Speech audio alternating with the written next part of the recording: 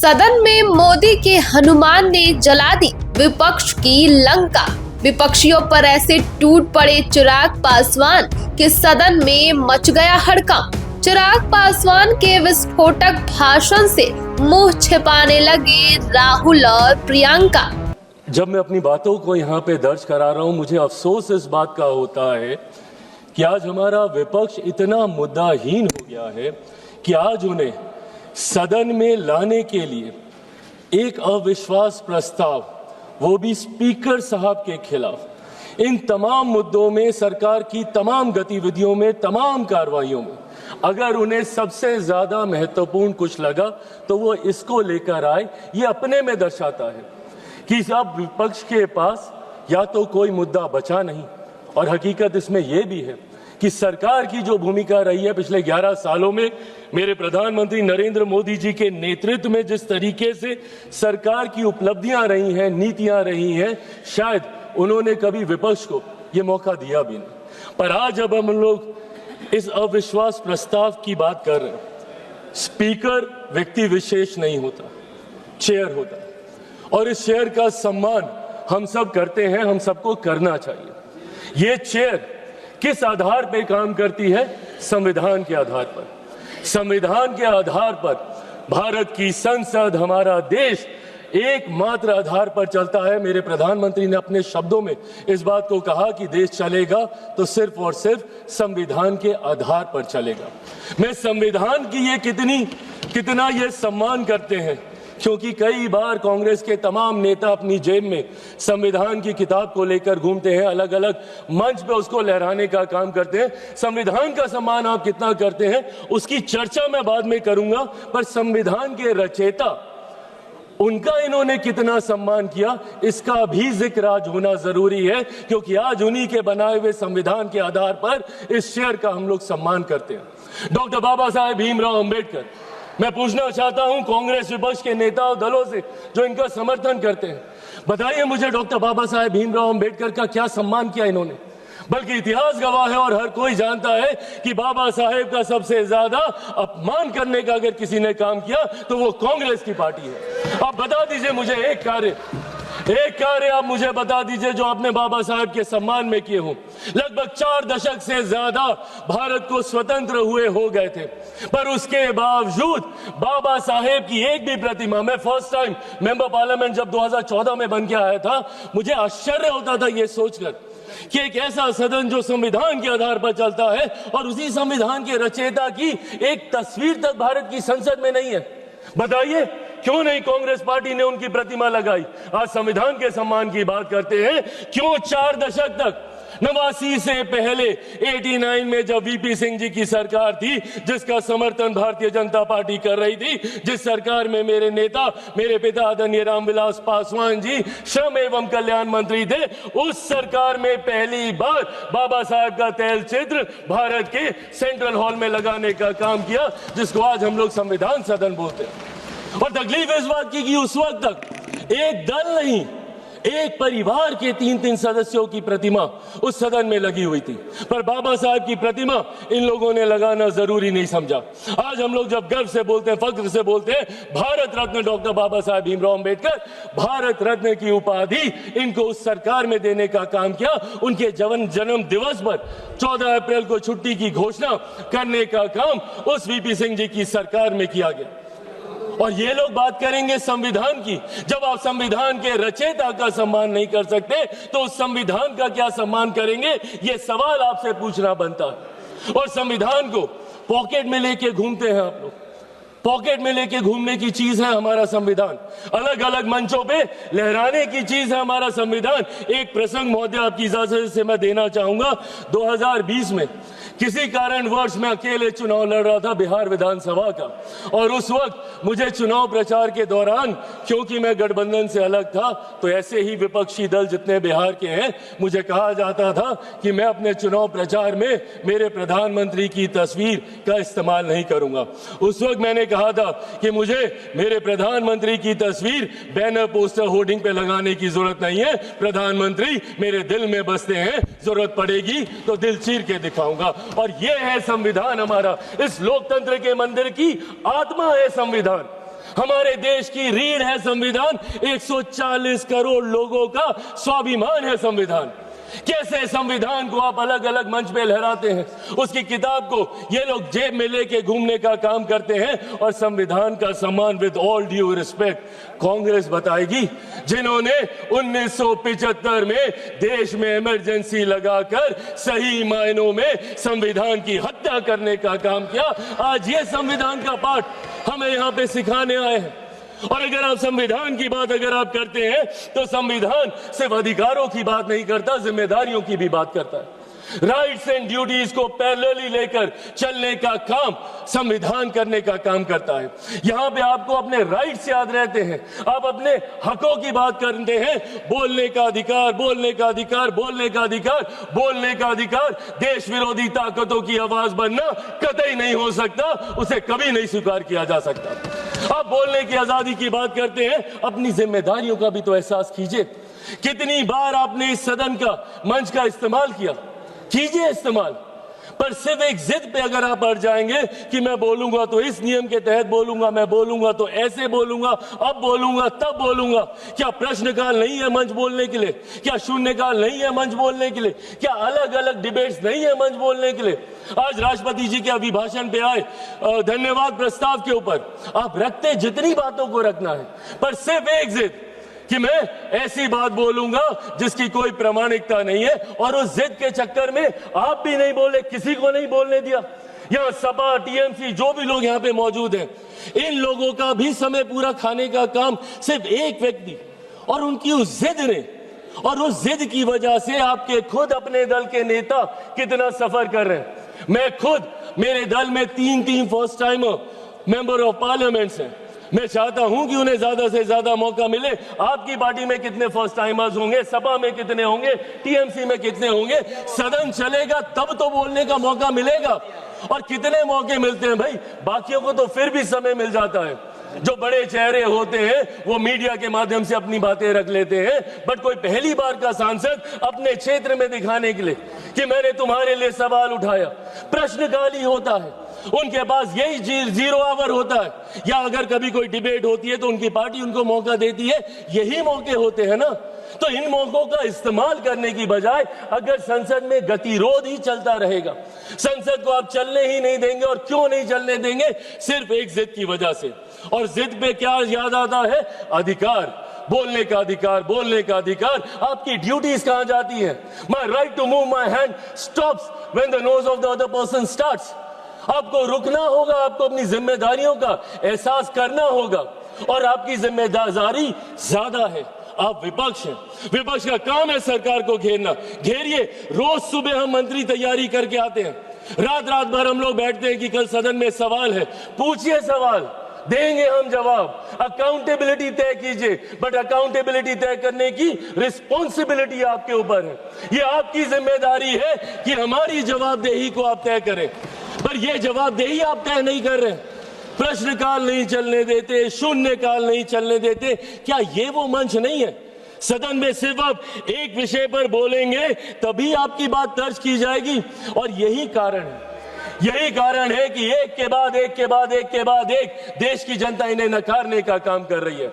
मैं बिहारी हूं, बिहार की धरती से आता हूं। जयप्रकाश नारायण जी ने बिहार की धरती पर ही वहां के गांधी मैदान में संपूर्ण क्रांति का आह्वान किया था, और वो संपूर्ण क्रांति का आह्वान कांग्रेस की सत्ता को ही उखाड़ फेंकने के लिए किया था। उन्होंने कहा था, सिंहासन खाली करो कि जनता आती है।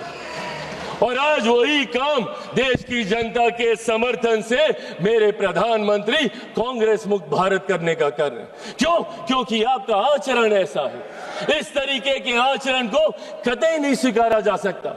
सदन में इस तरीके से आना, टेबल पर चढ़ जाना। मैं खुद सनातनी हूं, मैं मानता हूं अगर ये लोकतंत्र का मंदिर है तो यहाँ पे रखे कागज, टेबल, कुर्सी मां सरस्वती का रूप है। किस तरीके से आप कागज फाड़ते हैं, एसडी साहब के टेबल पे आप खड़े हो जाते हैं, चेयर तक आप जाने का काम करते हैं। इस तरीके का आचरण, और कैसे हम इसको न्यू नॉर्मल मान लें? क्योंकि ये आचरण निरंतरता में होता गया तो परंपरा बन जाएगी, और परंपराएं उदाहरण बन जाएंगी। और कल जो हमारी जगह यहाँ पे बैठा होगा वो आज का उदाहरण दे रहा होगा। इसीलिए जरूरी है आज की तारीख में हमें अपने आचरण को सुधारने की। एक के बाद एक जब मैं विपक्ष की जिम्मेदारियों की बात करता हूं, लोकतंत्र की खूबसूरती है सत्ता पक्ष विपक्ष। जहां सत्ता अपनी बात रखेगी, विपक्ष अपनी बात रखेगा। क्या है इनका ऑल्टरनेट विजन? एक विजन बता दें मुझे। अगर सरकार ये गलत कर रही है तो ये चीजें हैं, आप इसको सही कीजिए। ऑल्टरनेट विजन आप देंगे नहीं, सिर्फ आरोप लगाएंगे और लोगों को भ्रमित करने का काम करेंगे। आज तक इन लोगों ने लोगों को सिर्फ विपक्ष ने डराकर अपनी तरफ करने का काम किया। एक के बाद एक ऐसे मुद्दे उठाते हैं और उसको लेकर भ्रम फैलाने का काम करते हैं। कभी सीए का मुद्दा उठाते हैं, हम लोग सदन में कह के थक गए भैया कि सीए का कानून एक ऐसे नागरिकता देने वाला कानून है जहां पे वहां दूसरे अल्पसंख्यक लोगों को नागरिकता देने का कानून है, जहां पे बहुसंख्यक ही मुसलमान है। अब मुसलमानों के बीच में जाके भ्रम फैलाना, नागरिकता छीन ली जाएगी, नागरिकता छीन ली जाएगी। किसकी नागरिकता छीन ली गई? पूरी लोकसभा का चुनाव ये लड़ते रहे कि अगर वापस से मोदी जी तीसरी बार आ गए तो संविधान की हत्या हो जाएगी, लोकतंत्र समाप्त हो जाएगा, आरक्षण समाप्त कर दिया जाएगा। किसका आरक्षण छीन लिया गया? कहां का लोकतंत्र समाप्त हो गया? कौन से संविधान की हत्या कर दी गई? एक के बाद झूठ बोलना और इस तरीके से लोगों को भ्रमित करना। और अब नया हथियार इनको मिला एसआईआर को लेकर। एसआईआर को लेकर सदन नहीं चलने देंगे, उसको लेकर हंगामा करेंगे। अरे प्रभु, एसआईआर पहली बार थोड़ी हुआ, आपके समय पे भी हुआ था। उस वक्त क्या हो गया एसआईआर को लेकर? और एसआईआर का जवाब तो बिहार की जनता ने दिया ना। एलओपी गए थे वहां पे 10-12 दिन वहां पे करके आए और ऐतिहासिक हार वहां पे दर्ज करा कर आए। अपने साथी दलों की भी ऐतिहासिक हार वहां पे दर्ज करा कर आए। हकीकत यह है कि एसआईआर नहीं, जो ये वोट चोरी बोलते हैं, वोट चोरी नहीं, इनका जनादेश चोरी होता जा रहा है। और इस बात का एहसास ही इनको नहीं हो रहा। क्यों? क्योंकि ये अपनी अंतरात्मा में झांक के नहीं देखते। इनको आरोप लगाना है पर आत्ममंथन नहीं करना। इनको दूसरे से सवाल पूछने हैं बट खुद से कभी सवाल नहीं करने, और यही कारण है। और आज एक व्यक्ति का विरोध करते करते, मेरे प्रधानमंत्री का विरोध करते करते अब देश का विरोध करने लग गए। एआई समेट जहां पे अंतरराष्ट्रीय जगह से लोग आए हैं, इंटरनेशनल मीडिया वहां पे मौजूद है। और क्या कर रहे हैं आप? और एक ऐसा समिट जहां पे दूसरे देशों के राष्ट्रीय अध्यक्ष आकर हमारी प्रणाली की तारीफ कर रहे हैं, जिसका विरोध इन्होंने उस वक्त भी किया था। यूपीआई के वक्त इन्होंने कहा था कैसे होगा, एक औरत जो ठेले पे है वो कैसे उसकी पेमेंट करेगी, पॉश मशीन कहां से लगेगी। और आज उसी की तारीफ फ्रांस के राष्ट्रीय अध्यक्ष करके जा रहे हैं। और उस समिट में इन्होंने देश को अपमानित करने का काम किया। डेड इकोनॉमी बुलाते हैं हमारे देश को ये, जबकि दूसरे लोग और अर्थशास्त्री इस बात को मानते हैं कि India is one of the fastest growing economy. Global challenges होने के बावजूद हमारी अर्थव्यवस्था मजबूत होती जा रही है। क्या ये सामान्य बात है कि दहाई के आंकड़े से धीरे धीरे हम लोग करते करते चौथे नंबर पर आ गए? आने वाले दिनों में वो दिन भी दूर नहीं जब हमारा देश दुनिया की तीसरी सबसे बड़ी अर्थव्यवस्था होगा। और ऐसे में आप हमारे देश की इकोनॉमी को और हमारे देश की इकोनॉमी को हमारे ही लोग डेड इकोनॉमी बताने का काम कर रहे हैं। इसीलिए आज इस मंच के माध्यम से बस मैं ये आग्रह करूंगा, एक बार मदद करते हैं, कहां पे दे तो दो। इसीलिए आज इस मंच के माध्यम से मैं आग्रह करूंगा और विपक्ष से भी करूंगा, and I think it's our collective responsibility. जहां चुनाव लड़ना था हम लोग लड़ आए, जितने आरोप प्रत्यारोप करने थे हम कर आए, और हमें कई मौके मिलेंगे। अभी फिर असम में मौका मिलेगा, बंगाल में मिलेगा, हर राज्य में मिलेगा। जब तक वन नेशन वन इलेक्शन नहीं आता, हमें हर दूसरे तीसरे महीने में मौका मिलता रहेगा आरोप प्रत्यारोप करने का। पर सदन को तो इससे बख्शे। Let it be a collective responsibility of all of us to come together। और यहां पे बात हो, और बात होनी जरूरी है। सहमति असहमति की बात नहीं है, बात होनी जरूरी है। आप अपना पक्ष रखें, हम अपना पक्ष रखेंगे, लोगों को उसके बाद फैसला करने दीजिए। आप राष्ट्रपति जी के अभिभाषण पे आपके पास पूरा समय था, आप राष्ट्रपति जी के सम्मान की बात करते हैं। क्या आप बताइए, उनके अभिभाषण पे आए धन्यवाद प्रस्ताव का इस तरीके से निरादर करना, क्या ये उनका अपमान नहीं था? जिस तरीके से विपक्षी दल बंगाल वो गई थी, जिस तरीके से वहां की सरकार, अरे राष्ट्रपति हैं वो, चुनावी राजनीति से, दलगत राजनीति से उठकर है वो, और जिस तरीके से उनका अपमान वहां पे किया जाता है, क्योंकि इनको तकलीफ इस बात की है कि देश के सबसे वंचित वर्ग से आने वाली एक महिला देश के सर्वोच्च पद पर जाके बैठी है, ये बात इन्हें चुभती है। और इसीलिए राष्ट्रपति जी के अभिभाषण पर ये अपनी बातों को नहीं रखने देना चाहते। अंत में महोदय, मैं बस ये कहना चाहूंगा, आज जिनके खिलाफ ये अविश्वास प्रस्ताव लेकर आए हैं, आदरणीय ओम बिरला जी, हम सब जानते हैं और दिल पे हाथ रखकर इनमें से किसी से भी पूछिएगा, हर व्यक्ति कहेगा कि ऐसे स्पीकर जिन्होंने दलगत राजनीति से उठकर हर किसी का सम्मान करने का काम किया। एक मिनट माननीय सदस्य, एक मिनट। माननीय सदस्यगण, सदन की सहमति हो तो सभा की कार्यवाही 7 बजे तक के लिए बढ़ा दी जाए। माननीय सदस्य बोलिए। आदरणीय ओम बिरला जी, हम सब जानते हैं कि उनका व्यक्तित्व कैसा है, कितनी समावेशी सोच वाले हैं। उन्होंने हमेशा प्रयास किया कि ज्यादा से ज्यादा लोगों को अकोमोडेट किया जाए, ज्यादा से ज्यादा फर्स्ट टाइमर्स को मौके दिए जाएं। दुनिया भर के प्रोग्राम्स उन्होंने चलाए, इंटरेक्टिव सेशंस उन्होंने चलाए, और वो आज से इस चेयर पे थोड़ी बैठे हैं, उनका अपना अनुभव है। पिछली लोकसभा में भी वो इस चेयर पे बैठकर इस सदन का संचालन करते रहे और खूबसूरती से करते रहे।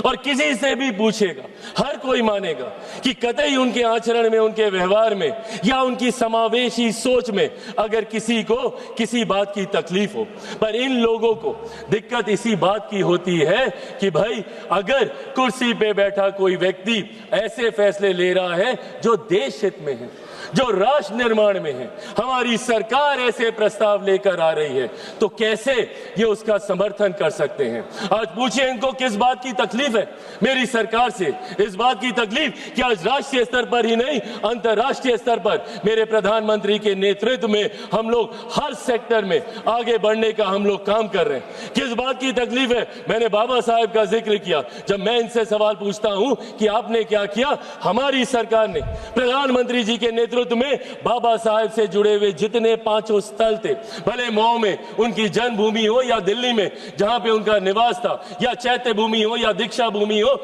या लंदन में जहां पे उन्होंने उच्च शिक्षा हासिल की, उन तमाम जगहों को 30 स्थल के तौर पर हम लोगों ने विकसित करने का काम किया। अलग अलग योजनाओं के माध्यम से गरीबों को मुख्य धारा के साथ जोड़ने का काम किया। पिछले 11 साल में 25 करोड़ लोगों को हम लोगों ने गरीबी रेखा से बाहर निकालने का काम किया। देश की एक बड़ी आबादी को घर घर राशन पहुंचाने का काम किया ताकि उनके हाथ में ज्यादा पैसे बच सके। उनकी प्रति व्यक्ति आय को बढ़ाने का हमने काम किया। एक के बाद एक ऐसे फैसले मेरे प्रधानमंत्री के नेतृत्व में लिए गए, जिसकी वजह से आज हमारा देश वैश्विक चुनौतियों के बावजूद एक स्थिर व्यवस्था है, एक स्थिर अर्थव्यवस्था है, और धीरे धीरे ये बढ़ती जा रही है। और आज मैं पुनः यह आग्रह करूंगा, अगर इसके बाद भी शिकायत है, तकलीफ है, तो ये मंच उसी के लिए है। आए हम सब मिलकर इस मंच का इस्तेमाल करें, ज्यादा से ज्यादा समय यहाँ पे काम होने दें। मेरे नेता, मेरे पिता निरंतरता में लंबे समय तक इस सदन के सदस्य रहे। उनसे मैंने आचरण सीखे, उनसे मैंने परंपराएं सीखी, उनसे मैंने यहाँ की कार्यशैली सीखी। बट जिस तरीके का आचरण आज मैं देख रहा हूँ, ये हम सबको याद रखने की जरूरत है कि कोई व्यक्ति अजर अमर होकर नहीं आता है। आज हम हैं, कल कोई और आएगा, पर जो दूसरा कल आएगा वो आपका मूल्यांकन कैसे करेगा, वो आपको कैसे देखेगा, ये आपके आज के आचरण पे निर्धारित होता है। इसीलिए आने वाले दिनों के लिए, मेरे बच्चों के लिए, आने वाली नई पीढ़ियों के लिए हम लोग खूबसूरत परंपराएं यहाँ से स्थापित करके जाएं, उसके लिए हम सबको यहाँ पर मिलकर कार्य करने की जरूरत है। एक बार फिर से आपने मुझे मौका दिया और मैं आदरणीय ओम बिरला जी का हृदय से बहुत सम्मान करता हूँ, और मैं मानता हूँ कि वो जल्द वापस इस कुर्सी को आके अपना उसको सुशोभित करने का काम करेंगे।